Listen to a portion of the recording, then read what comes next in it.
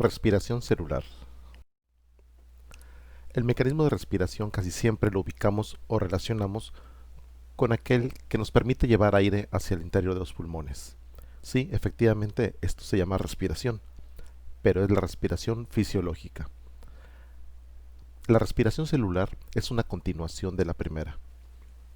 Una vez que el aire ha sido llevado hacia los pulmones, después se incorpora el oxígeno y tal vez otras sustancias al torrente sanguíneo, para ser llevado entonces a todas las células de nuestro cuerpo.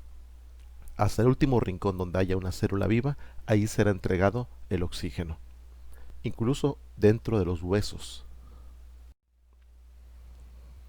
De aquí que definimos la respiración fisiológica como el proceso que consiste en llevar aire de la atmósfera, el aire que nos rodea, hasta el interior de los pulmones, en donde se realiza el intercambio gaseoso oxígeno-dióxido de carbono.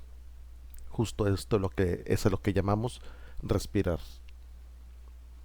La respiración celular es una serie de reacciones químicas que se completan en las mitocondrias de todas las células de nuestro cuerpo.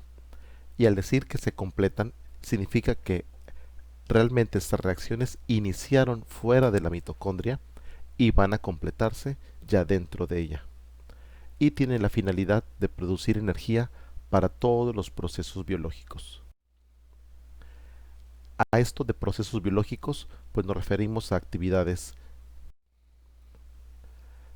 tales como movernos, pensar, digerir, respirar, mantener la temperatura corporal, crecer, gestar un bebé, control del ritmo cardíaco, ver y escuchar, y más, incluyendo actividades que se realizan a nivel celular.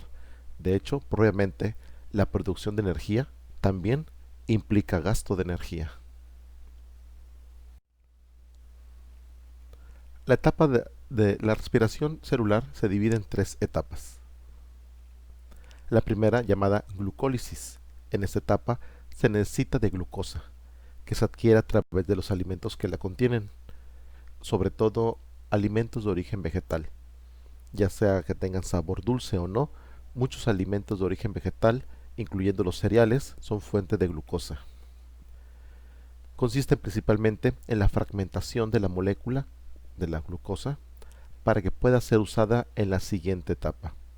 Esta primera parte de la respiración celular, llamada glucólisis, ocurre en el citoplasma de la célula. La segunda etapa, el ciclo de Krebs. En esta etapa, dos moléculas transportadoras de electrones van a atraparlos a los electrones y los llevan o los transportan a la siguiente etapa. No tiene sentido mencionar el nombre de estos transportadores, son nombres muy complejos, pero en este proceso del ciclo de Krebs se va a producir dióxido de carbono y agua como desechos. Ya esta segunda etapa, el ciclo de Krebs, ocurre en la mitocondria. La tercera, la cadena respiratoria. Aquí llegan los transportadores de electrones para usarlos en la producción de ATP. Justamente los electrones que han transportado o han acarreado hasta este espacio es donde van a ser liberados y van a generar un ambiente eléctrico propicio para precisamente la producción o la fabricación de la molécula de ATP, que significa adenosín trifosfato. Esta es la molécula energética.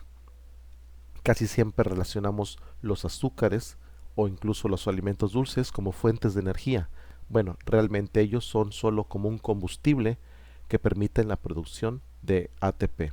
Es esta molécula la que propiamente genera o va a proveer la energía biológica. En esta etapa se necesita de oxígeno, que es aportado por el sistema respiratorio.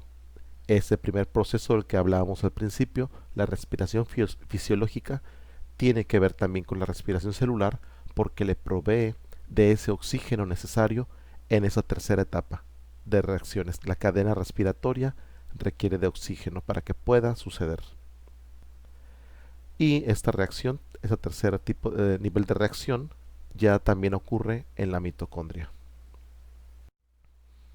Este esquema reduce y explica todo el proceso que se ha explicado.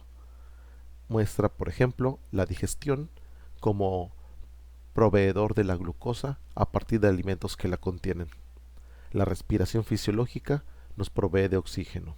Ambos, glucosa y oxígeno, se incorporan al torrente sanguíneo para ser distribuido tanto la glucosa y oxígeno a todas las células vivas. Recordemos que la vía por la cual llega todo a las células es a través de la sangre. Cualquier cosa que se requiere que llegue a las células vivas, donde quiera que se encuentren en nuestro cuerpo, será a través de la sangre. Nutrientes, glucosa, oxígeno, hormonas, enzimas, medicamentos incluso. La respiración celular se completa dentro de la mitocondria, que es señalada ahí con la palabra energía, porque dentro de ella se va a generar esa energía necesaria para los procesos biológicos, en forma de la molécula de ATP, adenosintrifosfato. La flecha roja nos muestra dos de los desechos de las reacciones de respiración: el dióxido de carbono, que posteriormente es incorporado al torrente sanguíneo para expulsarlo con la exhalación. También se produce agua.